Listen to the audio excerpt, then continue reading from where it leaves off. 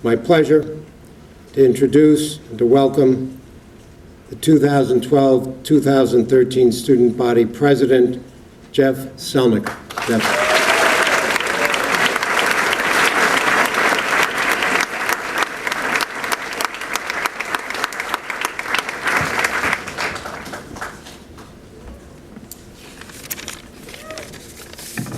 Hello, everyone. How are we doing today? Okay, I want to start off by thanking the student body for participating in the presidential election this year and for all the support they've given me. Amy and Ellie, you were very strong competitors, and I look forward to working with you next year. To the class of 2013, we have a lot to live up to, but I truly believe that next year will be one of our best. To all the Canterbury students and faculty, I will try my hardest to fulfill my role as student body president and represent the school that we all love and care about so much. To the class of 2012, you've set the bar high, and I wish you all the best on your future endeavors. Earlier today, I stumbled upon my good friend Sean McKigney's senior page in the new yearbook.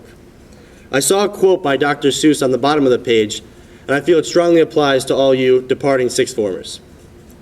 Don't cry because it's over. Smile because it happened. Thank you.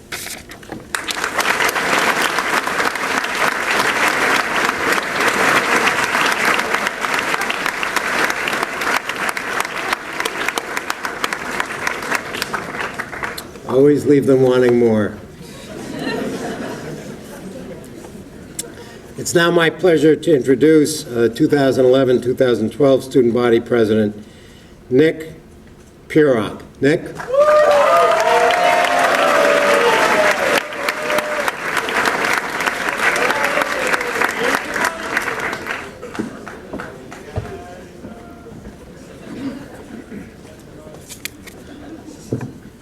Just a quick announcement before I start. All sixth formers taking exams, your exams are at 1 p.m. in the Steel Lecture Room.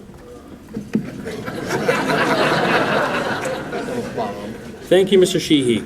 Good morning, faculty, fellow classmates, and parents. My name is Nick Pierog. I am from Canada, a place you may think of as the Great White North. Many people think we live in igloos or have pet polar bears. Also, people expect us Canadians to know everyone in our country. These stereotypes are obviously wrong. Canada is similar to the United States, but maybe a little nicer. One fun fact that may be true is I might be the only Canadian to ever hold presidential office in the U.S. I learned that from Mr. Johnson's American history class. You need to be born in America to run for president. I guess the rules can slide once or twice at a prep school. First off, I would like to congratulate Jeff Celniker for winning the election. I would also like to congratulate Amy and Ellie. I know all three of you will work together to accomplish a great deal for Canterbury and have a great year together. It is not easy to run for president because when you make it to the debate, you're really nervous and everyone is watching your every move. It forces you out of your comfort zone to try and achieve a goal. This is what I think Canterbury is teaching us, and has certainly taught me, to get out of our comfort zone. Canterbury has so many different things that a student can get involved in. You can be a great actor in the play, like Tom or Logan. You can do art like Kayla or Ryan Melvin, or push yourself to be a great scholar like Steph Powder. If you aren't in the play or in art, Canterbury has so much more to offer you. There are so many leadership positions on this campus, I don't have enough time to explain them all. But the main point is, Canterbury doesn't want us sitting around all the time because we have nothing to do. There's something to do all day. Canterbury is pushing us out of our comfort zones so we can become more involved in the community. When I came to this campus in the summer of 2010, I fell in love with it as soon as I arrived here. We are so blessed to have such a great campus that is beautifully maintained by our maintenance crew. I saw everything that I needed to see to say I was coming here. But the thing I didn't know was how nice the faculty and staff would be on this campus. I think right now it would be right to give the faculty a round of applause for all their hard work and effort they invest in us every day.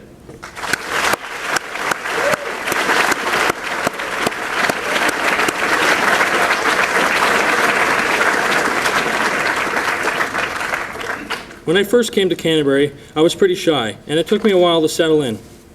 I would stay in my own little zone and not do many other things. But my peers and teachers told me I should apply to be a tour guide. so I said, why not?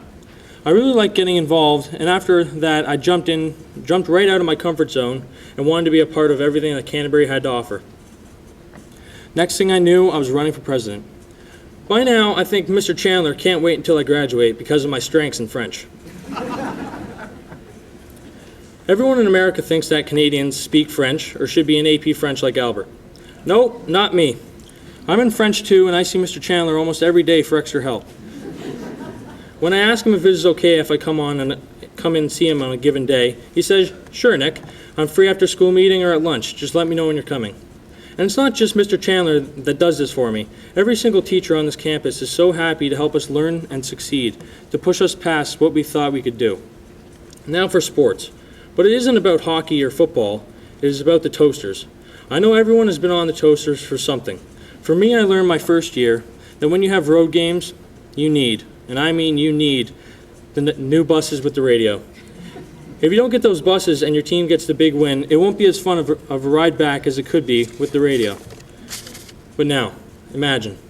You're waiting outside the athletic facility with your team and you see the Toasters rolling up. You're not sure who's driving. You're waiting. You're waiting. And it's your coach. Oh yeah, we got the good bus. So you're on your way to your game, but it's not like any typical Wednesday. You're going to the gunnery, and you're only thinking about how good it would feel to beat them. So your game is close. It's 2-2 or 14-14 with 3 minutes left in the period, the quarter, or the half. Your team scores. Everyone's going nuts. After the game, the only thing you want to do is get back on those Toasters and have a nice jam-out sesh with whatever song, and I mean whatever song, comes on that radio, and get the disco lights going with the iPhone. Being on a Toaster with 14 of your teammates, going to wherever you're playing, is team bonding. I know all of you have developed new friendships. The friendships that you make here on your teams and in your dorms are friendships that are going to last forever. And I know for a fact I will keep in touch with all my really good friends that I have made here on the fields and the ice and off. On a team, it doesn't matter if you're friends with the person next to you, if you're not friends with the person next to you in the locker room, because whenever you get in that locker room, everything from the outside goes away, and you're a family. That is what every team on this campus has shown me this year. But there is one team especially that stood out from them all, the basketball team. They had a great season this year, making the playoffs led by Carter Mutzenetto. They all shared a close bond with their teammates and their coaches. I know they have been through a rough time this year with the loss of their coach, Mr. Gowan, but the manner in which the team handled this tragedy is an inspiration to me. They are all role models on this campus, every single one of them. Friends come together when times are rough. This year we have all been through very rough times at Canterbury, but we all came together as one. Everyone was there for each other when times got tough. We all came out of our comfort zones to help one another. Now to the third form. Coming to the prep school and leaving home at such a very young age is very tough. I challenge each one of you to get even more involved and try and do something next year and then get more involved your fifth form year. You're the class of 2015. And you will be surprised on how quickly that comes. Set a goal and achieve it. Step outside of your comfort zone. To the fourth form, you're the class of 2014. You guys are settled in now and you're ready for your fifth form year. People say it's the hardest year of your life. I'm going to say false, because if you set reasonable goals and believe that you can do that, and everything will work out in your favor. Make sure you step outside your comfort zones. To the fifth form, next year is your sixth form year, the big one. All of you are going to start the college process. Yes, it's very stressful, but don't get down on yourselves when times are tough. You need to pick yourselves up and get those grades that you want so you can get into the colleges. It is your last year of high school, and trust me, it will fly by. So make every second count. Step outside your comfort zone, as it is your last year to get involved in high school.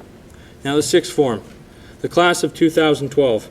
We have all had a really good time together this year with senior skip day, the pep rally, and prom. It's been a great time. Everyone I know has different goals and dreams. I hope you all achieve your goals, and remember, hard work pays off. So put the hard work in now so you can achieve and have what you want in the future.